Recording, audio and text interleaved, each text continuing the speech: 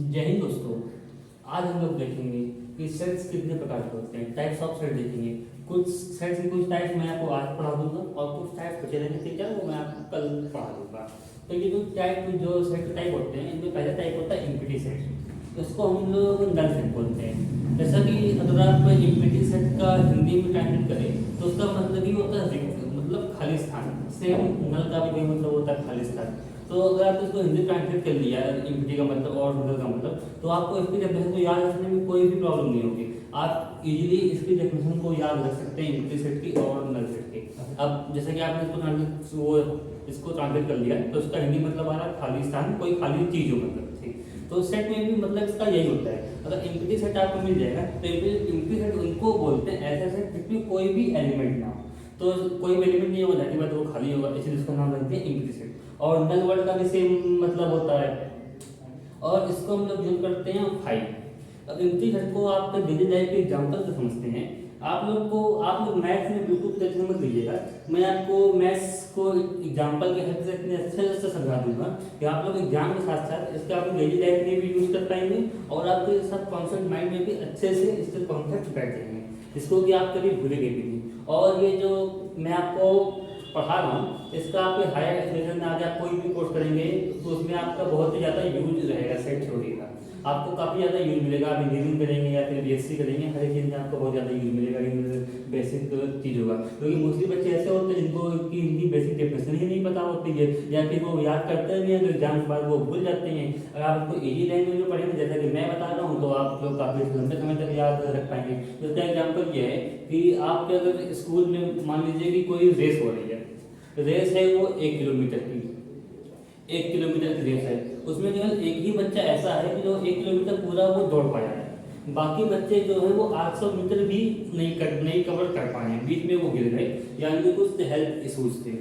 तो अगर पूछा जाए कि मतलब कि ऐसे बच्चों का सेट बताइए जिन्होंने इस रेस में 800 मीटर से ऊपर दौड़ा हो, तो उसमें एक ही बच्चा है जिसने रेस कंप्लीट करी है, उसके अलावा और तो कोई बच्चा आएगा नहीं, ठीक। और बाकी अगर इस केस में ऐसा हो कि 1 किलोमीटर की रेस है लेकिन अनफॉर्चुनेटली कोई बच्चा 1 किलोमीटर रेस ना पूरा कर पाए, सब लोग की मतलब कि 800 मीटर के पहले ही कोई समस्या हो गई या फिर वो थक गए, वो नहीं भाग पाए, तो दौड़ने की प्रैक्टिस नहीं की। तो अगर लोग ऐसे बच्चों का सेट पूछे कि जिन्होंने अपनी रेस कंप्लीट करी है तो उसमें कोई भी बच्चा नहीं आएगा, तो उसको हम लोग बोल देंगे एम्प्टी सेट कि वो खाली सेट है, उसमें कोई भी ऐसा बच्चा नहीं है। आप इसको दूसरे एग्जाम्पल से भी समझ सकते हैं। आपके स्कूल में आपके टीचर ने आपका टेस्ट लिया, टेस्ट है मैथ्स का, आए वो 50 नंबर का, लेकिन आप लोगों ने पढ़ाई नहीं करी अच्छे से, तो किसी के भी फुल मार्क आए नहीं मैथ्स में, सबके 40 नंबर से नीचे ही आए। फिर आपके टीचर बोले आपसे कि बेटा मुझे ऐसे बच्चे लोग हाथ खड़ा करिए अपना जिनके मार्क्स से 40 से ऊपर आए हैं। अब आप लोगों में तो किसी के बच्चे किसी के मार्क्स से 40 से ऊपर तो आए नहीं है, तो कोई भी अपना हाथ खड़ा नहीं कर पाएगा। तो उस केस में तो ऐसा सेट मतलब कि ऐसे बच्चों का सेट जिनके मैथ्स में 40 नंबर से ऊपर आए उसको बोल देंगे इम्पिटी सेट। ये आपके डेली लाइफ एग्जाम्पल हो गए। अब मैथ्स में कुछ एग्जाम्पल समझते हैं, मैथ्स में क्या होते हैं। अगर मैं आपसे पूछूं कि आप ऐसा रियल नंबर बताइए जिसका स्क्वायर -1 हो, तो आप लोग बता ही नहीं पाओगे, क्योंकि किसी भी नंबर का स्क्वायर नेगेटिव में होता ही नहीं है, वो ऑलवेज पॉजिटिव होता है। तो ऐसा कोई नंबर एग्जिस्ट ही नहीं करता कि जिसका स्क्वायर नेगेटिव हो या फिर -1 हो। तो ऐसे ऐसे नंबर को सेट को हम लोग बोलेंगे कि ये हमारा इम्पिटी सेट है। और दूसरा अगर हम लोग ये एग्जांपल देखते हैं मैथ्स में, तो ऐसा मतलब कि ऐसे set the set of all rational numbers whole square is 2। आप ऐसा कोई भी रेशनल नंबर नहीं निकाल पाओगे कि जिसका स्क्वायर 2 हो, ठीक है। और अगला सेट अपना देखते हैं, तो हमारा सेट का हो जाएगा सिंगलटन सेट। इम्पिटी सेट तो आप लोग अच्छे से समझ गए। अब सिंगलटन सेट क्या होता है उसको समझते हैं। सिंगलटन, इसमें नाम से ही क्लियर हो रहा है, सिंगल मतलब 1 मींस, तो इसमें ऐसा सेट हो जिसके अंदर केवल एक ही एलिमेंट हो, तो इसको हम लोग बोलेंगे सिंगलटन सेट।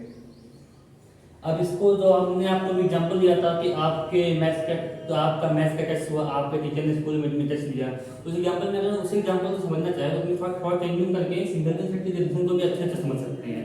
आपका एग्जाम हुआ 50 मार्क्स का, उसमें आप सबने तो मेहनत करी नहीं, लेकिन एक बच्चा था जिसने पूरे अच्छे से मन लगा पूरी रात भर पढ़ाई करी थी, देर तक जाकर उसने पढ़ा था, तो उसके नंबर अच्छे आ गए, 25 मार्क्स आ गए उसके 50 में। टीचर ने उसकी काफ़ी ज़्यादा तारीफ भी की।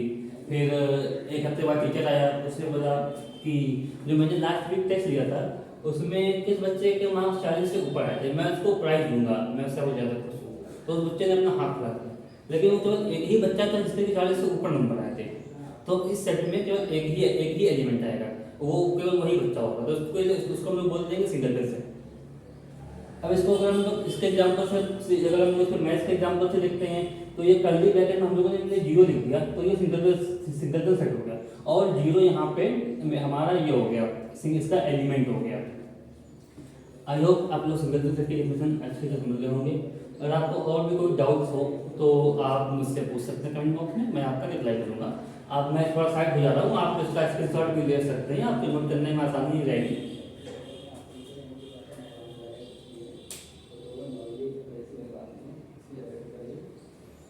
हाँ, तो आप लोगों ने स्क्रीनशॉट ले लिया होगा। अब उसमें आगे भी हम लोग डेफिनेशन देखते हैं। इसका अगला आता है फाइनाइट और इनफाइनाइट सेट।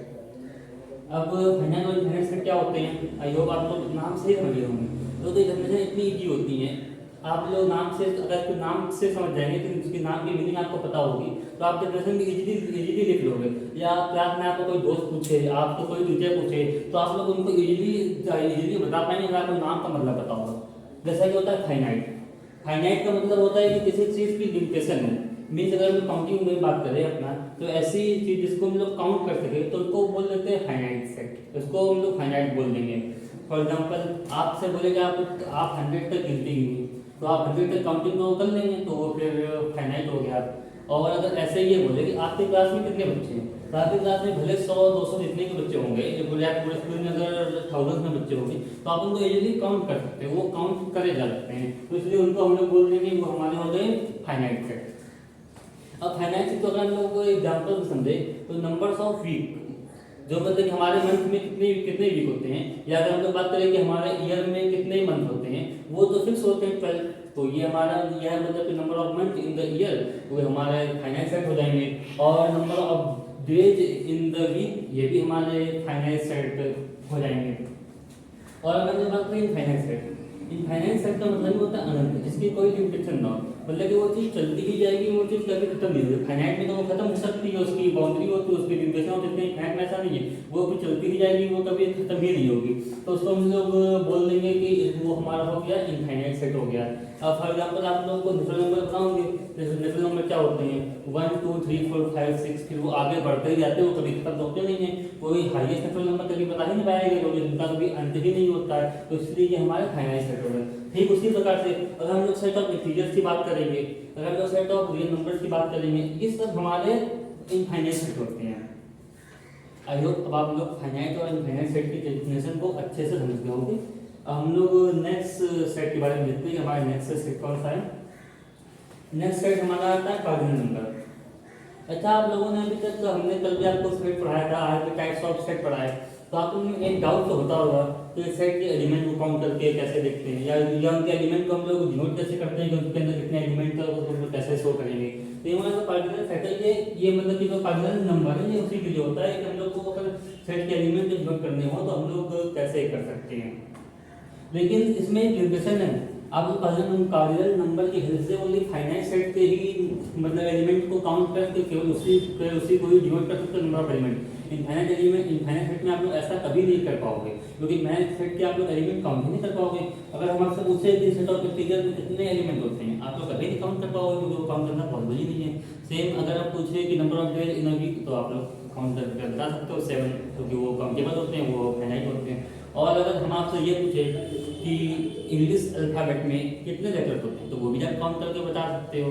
या कुछ इंग्लिश अल्फ़ाबेट में कितने वॉवेल होते हैं, वो भी आप काउंट करके बता सकते हो। अगर हम लोग वॉवेल की बात करेंगे तो वॉवेल हमारे जो होते हैं इंग्लिश अल्फ़ाबेट में 5 होते हैं, वो काउंट करने के बाद आएंगे। तो इसको लिखने का हमारा सिंबल होता है स्मॉल एन, फिर ये स्मॉल ब्रैकेट में कैपिटल है। कैपिटल है कि देखो वो सेट का जो नेम होगा हम लोग वो डाल देंगे, कैपिटल यहाँ पे जरूरी नहीं है। अगर सेट हमारा हम सेट को अगर कैपिटल बी से नोट कर रहे हैं, कैपिटल एन से नोट कर रहे हैं, तो यहाँ पे वो भी लिख देंगे, लेकिन यहाँ पे हमारा ओनली स्मॉल एन आएगा। इसको हम लोग यहाँ पे चेंज नहीं कर सकते, ये हमारे यहाँ पे स्मॉल एन आएगा और इसको हम लोग स्मॉल ब्रैकेट में लिखेंगे।